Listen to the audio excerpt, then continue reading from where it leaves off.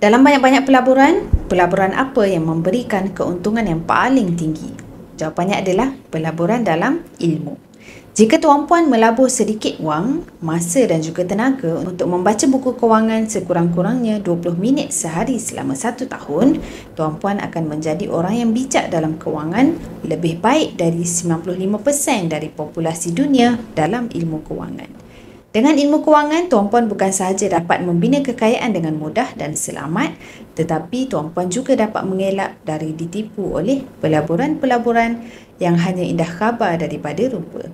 Pelbagai kaedah penipuan yang kita nampak seperti scam emas digital, scam emas pajak, scam kutu emas, scam emas murah dan banyak lagi. Jadi di sini tuan-puan perlu faham, pelaburan yang menjanjikan pelaburan yang tinggi adalah pelaburan yang berisiko tinggi. Jika duit dalam tangan tuan-puan adalah duit yang tuan-puan tidak sanggup lebur, simpanan adalah solusi yang paling baik untuk tuan-puan. Dan simpanan seperti emas adalah simpanan yang berisiko rendah dan simpanan di luar sistem kewangan dan simpanan yang tidak akan jatuh nilainya.